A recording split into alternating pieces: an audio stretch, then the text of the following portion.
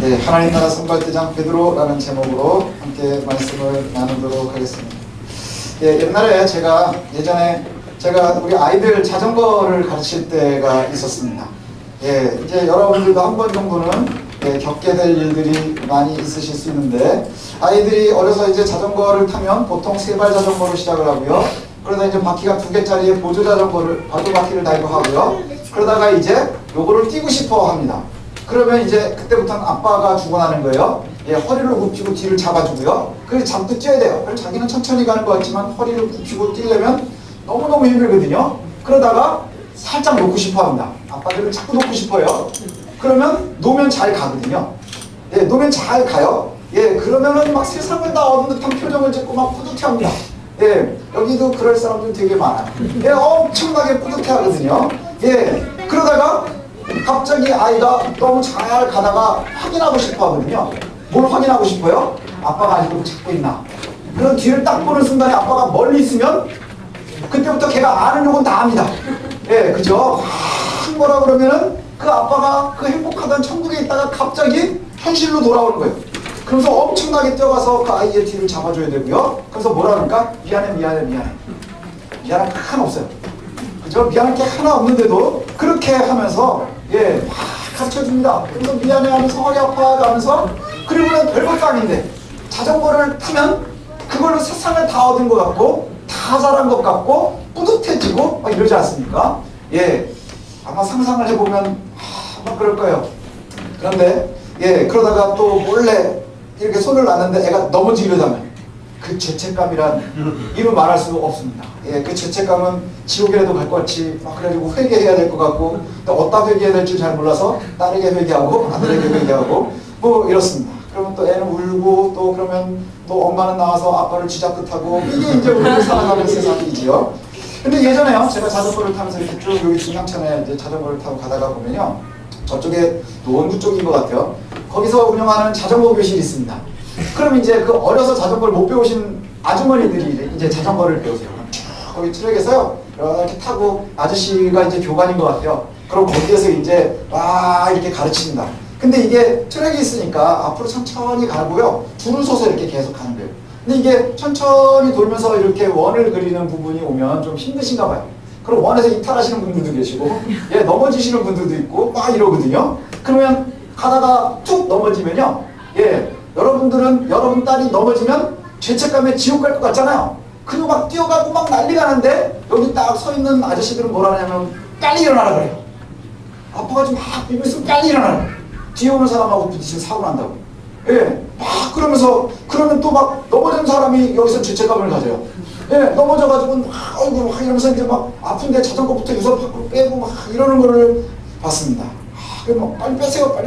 이러고 왜 거기서 속도를 줄여? 막 이러고 혼나고 막 이러는 걸 보면서, 그때 제가 뭘 이렇게 생각을 하게 됐냐면, 그래서 알았어요. 내 딸, 내 아들을 가르치는 것과 돈을 받고 남을 가르치는 건 다른 거구나. 그 아저씨도 자기 딸 가르칠 때는 죄책감 가지면서 이렇게 하지 않았겠어요?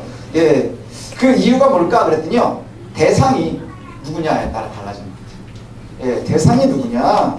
그래서 대상을 통해서 내게 이익이 있느냐보다 사실은 그 대상이 나에게 얼마나 소중하냐에 따라서 가르치는 사람의 마음이 달라지는 것 같아요. 그래서 우리가 좋은 선생님은 어떤 분이냐 하면요, 돈을 덜 받는 선생님이 아니라 아이를 진짜 사랑하면서 가르칠 수 있는 사람이 좋은 선생님이라는 생각을 하게 됐습니다.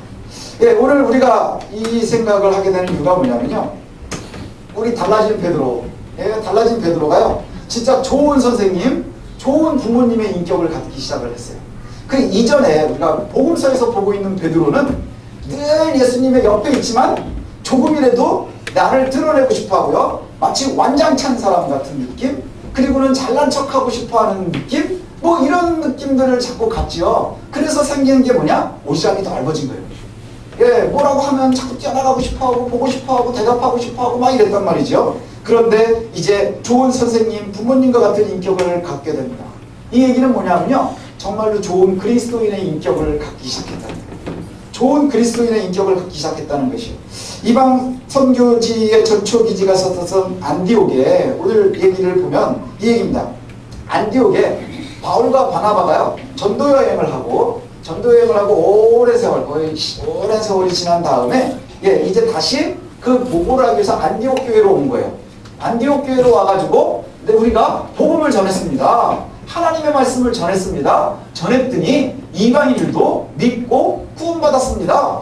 이 얘기를 막 하기 시작하는 거예요. 그러니까 얼마나 그 파송한 안디옥 교회에서는 큰 은혜였겠어요. 그래서 너무너무 좋아하고 그 다음에 기뻐하고 있는데, 그때 유대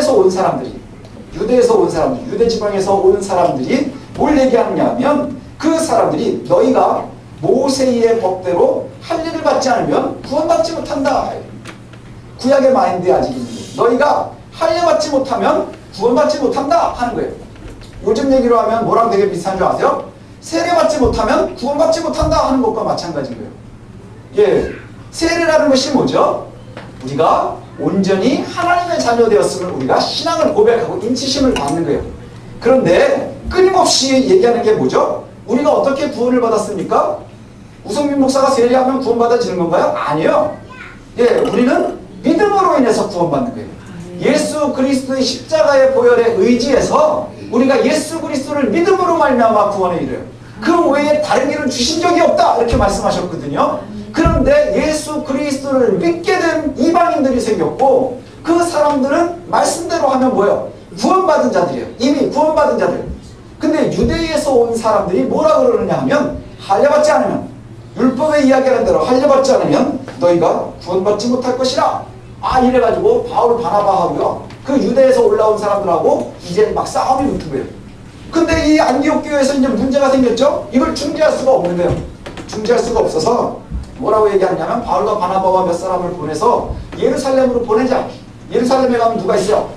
사도들도 있고, 거기에 이제 초대교회 장로들도 있고, 어른들도 있고, 지도자들이 있으니까 예루살렘 교회로 보내자. 예루살렘 교회에 보내서 이 일에 대해서 정확하게 가이드라인을 받아오자. 룰을 정하자. 그래서 이제 예루살렘으로 갔습니다. 그곳에 가가지고 이제 만나서 또 얘기를 하는 거예요. 이런 얘기 저런 얘기 하면서 어떻게 예수님을 믿는 사람들이 생겼는지, 어떻게 그리스도인이 되었는지, 하나님이 어떻게 일하시는지 이것을 쭉 이야기합니다.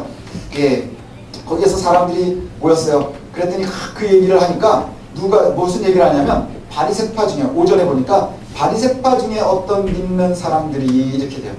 바리새파 중에 어떤 믿는 사람들이, 그리스도인이죠. 바리새파 출신 그리스도인이에요.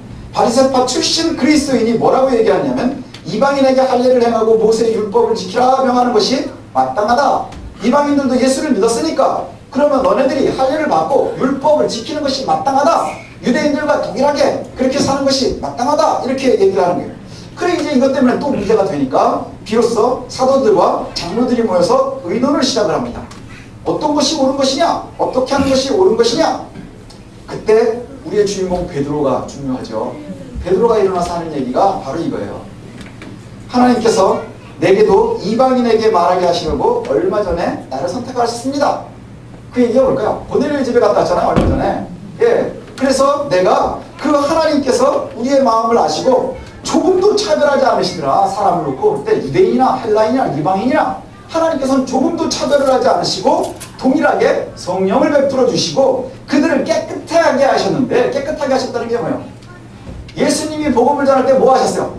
회개하러 천국이 가깝다요. 회개가 뭐예요? 죄를 씻는 거예요. 깨끗해졌다는 것은 뭐죠? 구원받은 백성이 되었다는 거예요.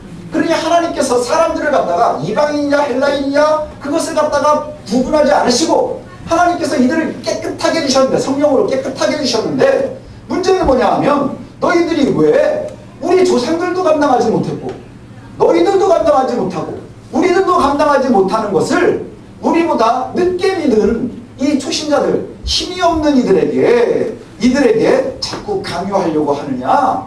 나는 멍에를 갖다가 지게 하는 것이 옳지 못하고 우리가 예수를 믿어서 구원에 이른 것처럼 그들도 예수를 믿음으로 말미암아 구원에 이른다고 나는 믿는다. 이 얘기예요.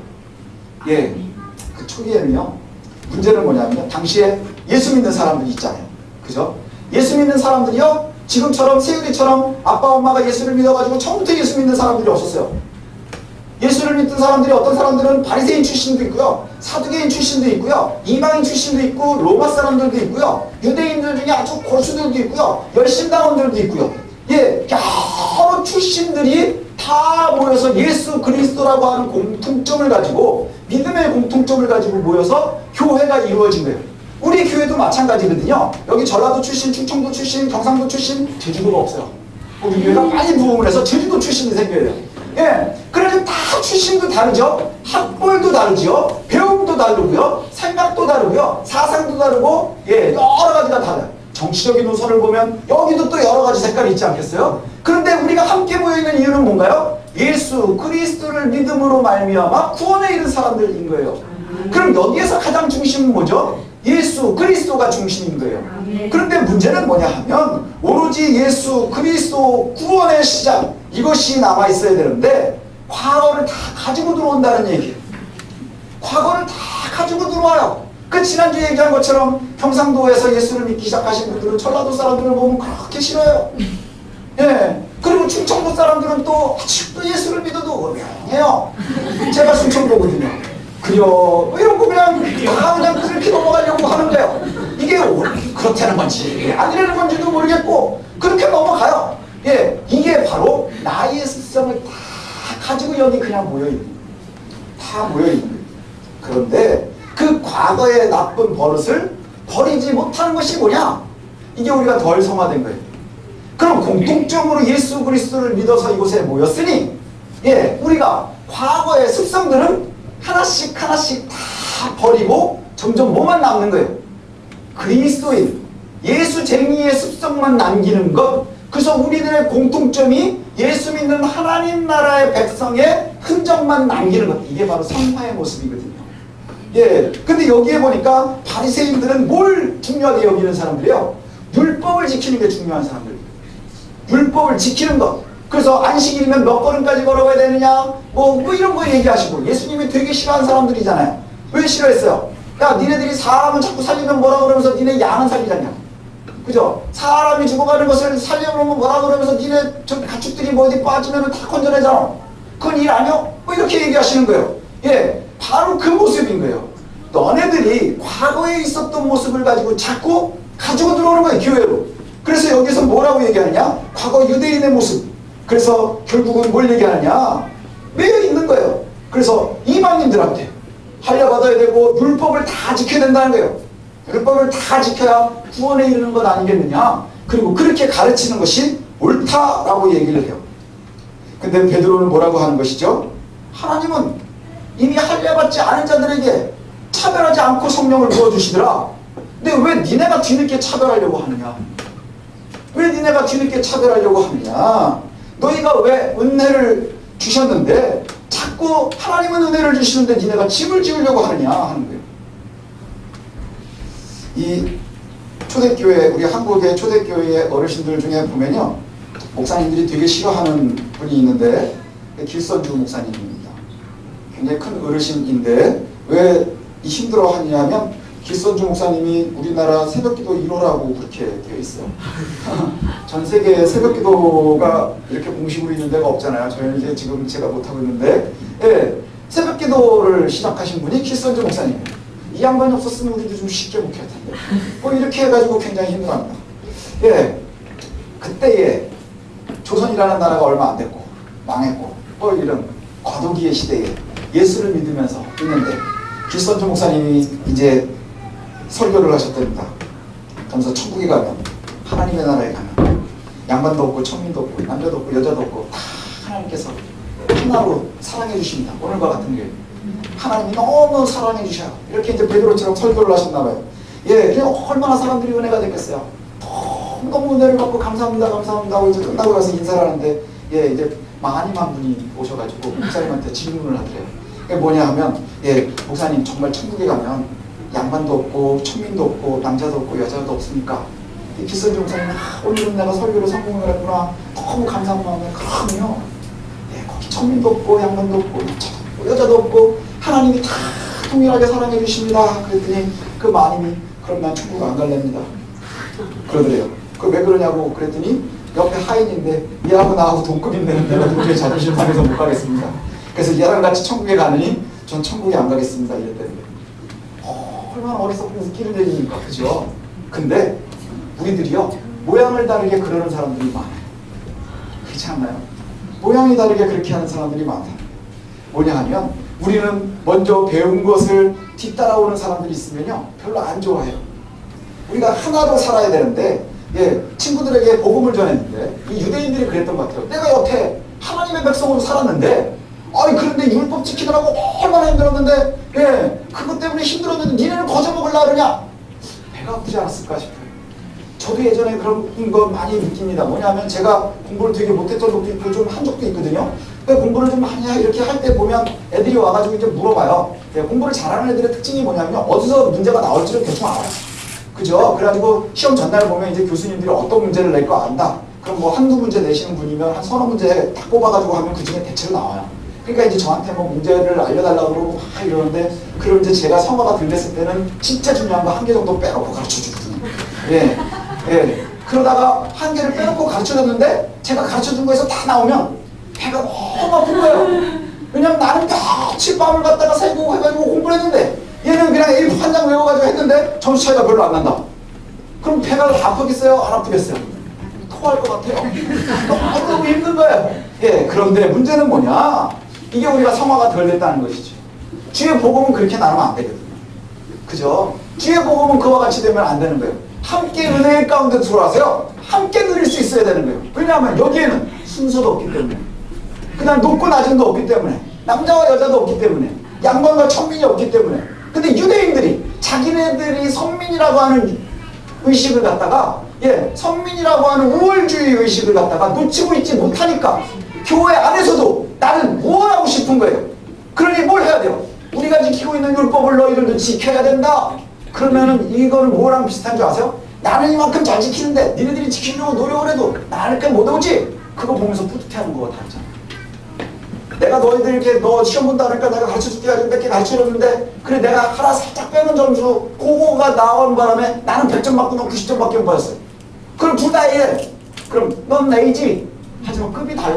난 100점이고 넌 90이야. 이러면 거기서 뿌듯해하는 그러한 모습이 옳지 못하다는 거예요. 그래서 우리가 정말 적나라한 하나님의 백성으로 살아간다고 하는 것, 이건 뭐냐면요 경건해지기 시작하는 거예요. 우리가 경건이라는 것이 뭡니까? 경건은 모양에 있는 게 아니에요.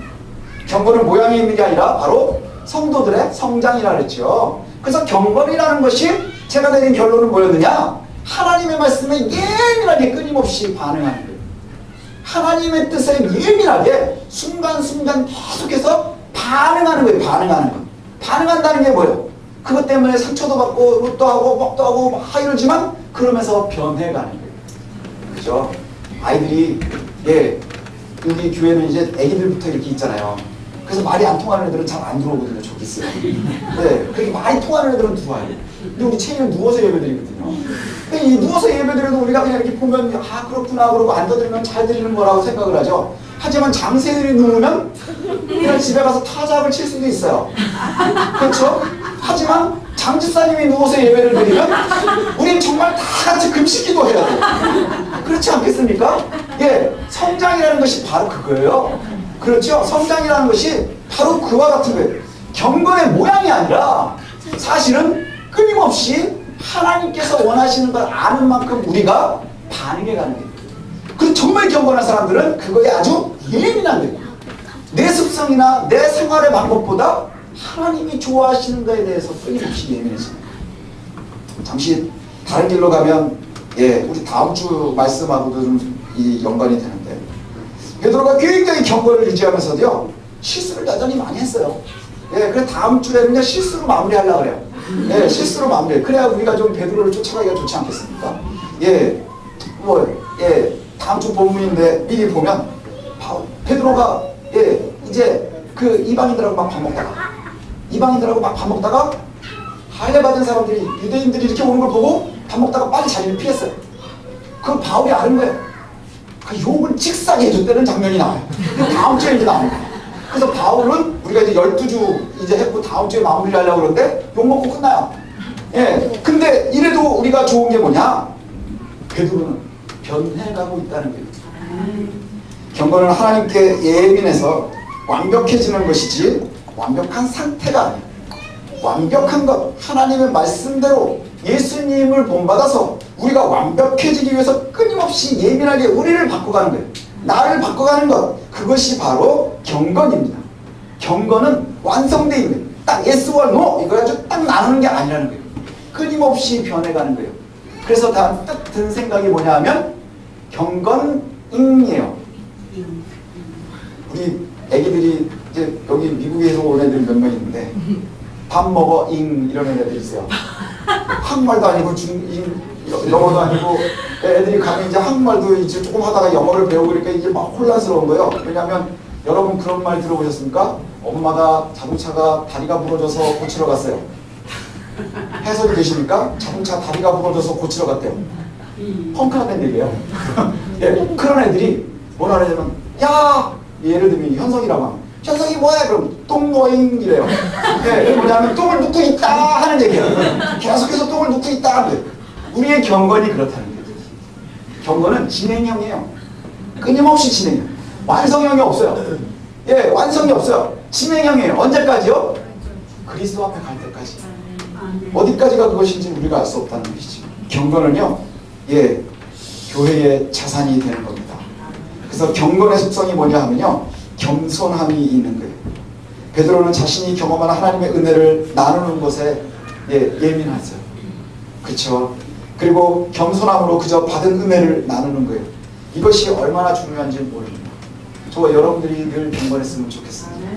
그래서 우리가 베드로에게 배워야 될 것들이 있는데 다음 주는 베드로가 욕을 먹기 때문에 오늘 마무리를 좀 하려고. 예, 우리가 베드로에게 배워야 될 것이 세 가지가 있어요. 이건 꼭 기억하셨으면 좋겠어요. 뭐냐 하면 우리가 참 그리스도인으로 살아가기 위해서는 우리가 경건해져야 된다는 거예요. 베드로가 경건해져 가듯이 우리 베드로가 달라졌어요 하는 것은 뭐냐면 베드로가 경건해져 가고 있어요 하는 얘기와 다르지 않아요. 예, 그래서 우리가 경건해져야 합니다. 경건은 겉모습이 아니라 하나님께 끊임없이 예민하게 반응하는 것이에요.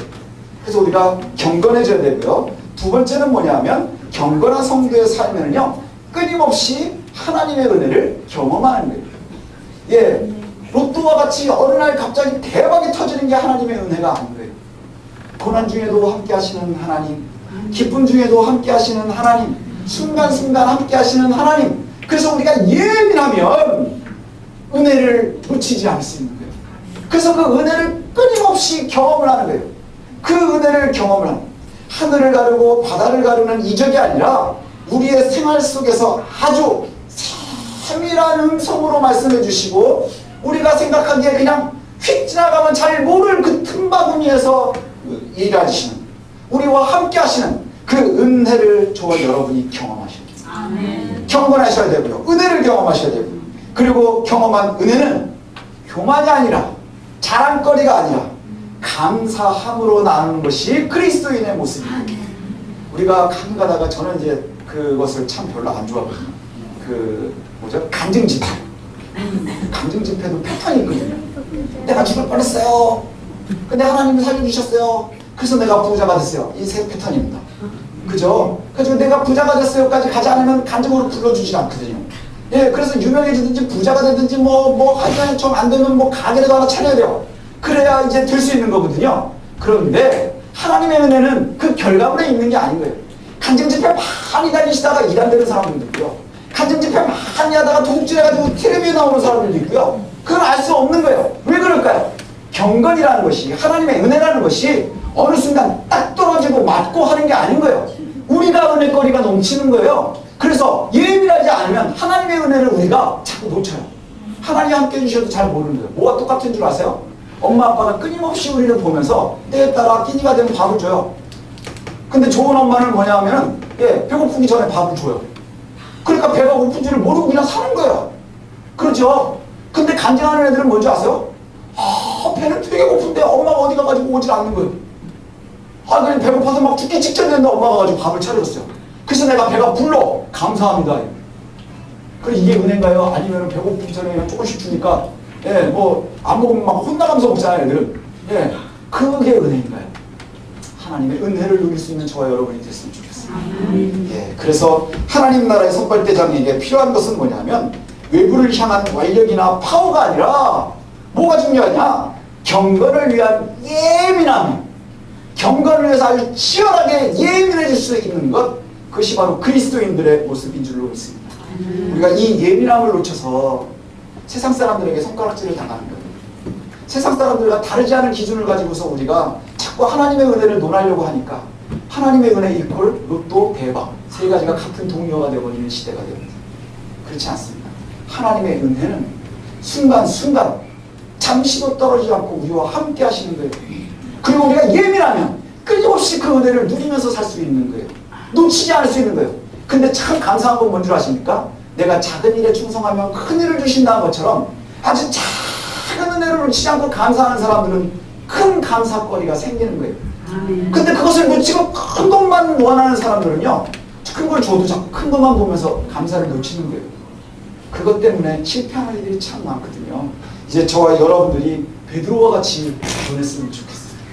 끊임없이 경건해져가고 끊임없이 변화되어져가고 그리고 끊임없이 하나님의 은혜를 경험해가고 그래서 감사함으로 늘 나눌 수 있는 저와 여러분들이 되시기를 소원합니다. 그래서 명절인데 이제 명절이 돼도 또 다시 만나면 똑같은 일주일인데 일주일을 갖다가 길게 쉬고 오면 굉장히 오랜만에 만나는 거예요. 그러면 우리가 마치 예수님의 70인 제자가 갔다 와서 좋은 소식들을 함께 나눴었던 것처럼 은혜를 누릴 수 있는 복된 성도들 저와 여러분들이 되시기를 소원합니다. 기도하겠습니다.